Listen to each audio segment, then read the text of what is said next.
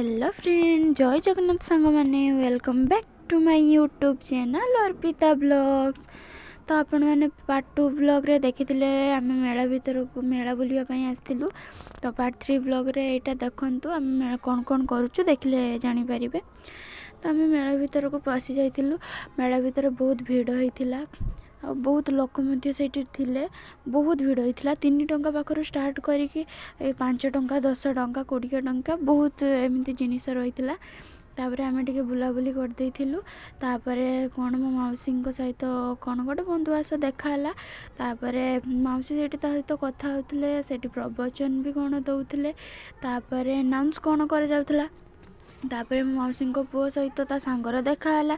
जेहेतु तांको ट्यूशन बुलवाई आसते मेला, तो सी ताकू धरिकी टेकुची जेहेतु सी बाहर रुहे। बहुत दिन पर ता सांग सहित देखाला से तापर आम जाइलु गुपचुप खाइबापी। सेठी गुपचुप माँ मत टे खुई दौले, मौसी को खुई दौले। तापर भाई मु बेले गुपचुप खाऊँ बेले आइसक्रीम खाऊँ। गुपचुपटा बहुत झाड़ होता कि टेस्ट बढ़िया होता। खाऊँ बेले आइसक्रीम खाऊँ। मौसी भी मो सहित सेमती खाऊले। तापर ता पाखरे भूत गटी थिला। भाई भूत गटी को बेले जाइली मु आउ केबे भी जाइनी। मते जीवापाई कहते मु जाई नहीं। मात्र 20 टंका लेखा तार टिकट। मेला भितर से भूत गटी भितर भाई से जो तुम ढुकी जीव फास्ट से भाऊकी बारे ना, सेटा बहुत डर लगे मत है।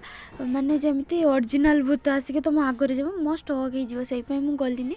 तो आउ समस्ते माँ मौसी मौसी पुआ एमती समस्ते जाइए। मु बाहर छिड़ाई मुझे जाइनी। तो आपण मानू जदि मो भिडियोटी भल लगे तेज लाइक कमेंट शेयर निश्चिंत भाव में करेंगे। आ पार्ट 4 ब्लॉग अपेक्षा कर।